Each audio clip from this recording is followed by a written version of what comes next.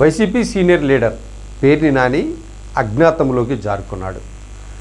మరి ఇటీవల పామర్లో జరిగినటువంటి వైసీపీ కార్యకర్తల సమావేశంలో ఆయన ముఖ్య అతిథిగా పాల్గొని అక్కడ మాట్లాడిన సందర్భంగా రప్పా వ్యాఖ్యలను మరోసారి ఆయన ప్రస్తావనకు తీసుకొచ్చారు. ఈ సందర్భంగా పదే రప్పా కాదు, చీకట్లో కన్ను కొట్టితే వేసేయాలి అంటే చీకట్లో కన్ను కొట్టి వేసేయాలి అనే విధంగా ఆయన మాట్లాడడాన్ని తప్పుబట్టారు స్థానికంగా ఉన్న టీడీపీ నేతలు. అంతేకాదు టీడీపీ నాయకులు కొంతమంది అయితే కనుక పేర్ని నానిపై పోలీస్ స్టేషన్లో కంప్లైంట్ ఇచ్చారు. మరి ఇదే అంశానికి సంబంధించి న్యాయస్థానం గడప తొక్కింది ఇదే అంశం. మరి దీనిపై బెయిల్ కావాలని ముందుగానే పేర్ని నాని న్యాయస్థానాన్ని అప్రోచ్ అయిన తర్వాత న్యాయస్థానం దీనిపై విచారణను 22వ తారీఖు వాయిదా వేసింది. మరి ఈలోపు ఆయన మళ్ళీ ఏదైతే బెయిల్ రాలేదు కాబట్టి, ముందస్తు బెయిల్ కోరుకున్న నేపథ్యంలో ఆయనకి బెయిల్ రాలేదు కాబట్టి ఆయన ఇప్పుడు ప్రస్తుతం ఎక్కడ కూడా కనిపించట్లేదు. మరి 22వ తేదీన దీనిపై విచారణ ఉంది కాబట్టి దీనిపై మళ్ళీ బెయిల్ వస్తే ఆయన బయటకు వచ్చేటువంటి అవకాశం ఉంది. మరి బెయిల్ రాని పరిస్థితుల్లో ఆయన ఇదే కేసుకు సంబంధించి సుప్రీంకోర్టుకి వెళ్ళి మళ్ళీ బెయిల్ సంపాదించుకుని వచ్చే వరకు ఆయన బయటికి వచ్చే పరిస్థితి లేదు.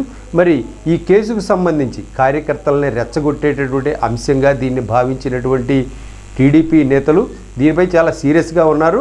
దీనిపై పేర్ని నానిపై కూడా కేసులు కట్టారు.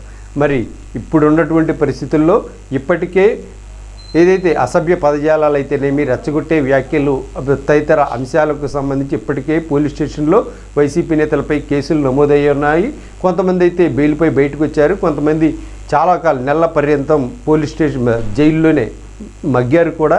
మరి ఇప్పుడు తాజాగా పేర్ని నాని ఏదైతే రప్పా వ్యాఖ్యలను ప్రస్తావించే సందర్భంలో అడ్డంగా బుక్ అయ్యారు. మరి బెయిల్ రానటువంటి పరిస్థితుల్లో ఆయన ఏదైతే మళ్ళీ జైలు గడప తొక్కక తప్పదేమో అనేటటువంటి ఏదైతే ఆలోచనలు కూడా ఇప్పుడు తెరపైకి వస్తున్నటువంటి పరిస్థితి. ఏదేమైనా ఒక సీనియర్ లీడర్గా ఆయన ఆ సందర్భంలో లేవనెత్తినటువంటి అంశాలు ఇలా వివాదాస్పదంగా మారి మళ్ళీ తాను ఏదైతే జైలుకి వెళ్ళేటటువంటి పరిణామాలు తలెత్తేటటువంటి అవకాశాలు వస్తున్నాయి. మరి ఏదైతే బియ్యం కుంభకోణానికి సంబంధించి ఆయన తంటాలు పడి ఏదైతే ఎట్టోకొడ్డ ఏదైతే జైలుకి వెళ్లకుండా బయటపడినటువంటి పరిస్థితి. మరి అటువంటి పరిస్థితుల నుంచి బయటకు వచ్చినా కూడా ఆయన కంట్రోల్ తప్పి రప్పా వ్యాఖ్యలను ప్రస్తావించి మరోసారి అడ్డంగా బుక్ అయ్యారని మనం ఇక్కడ చెప్పుకోవాలి.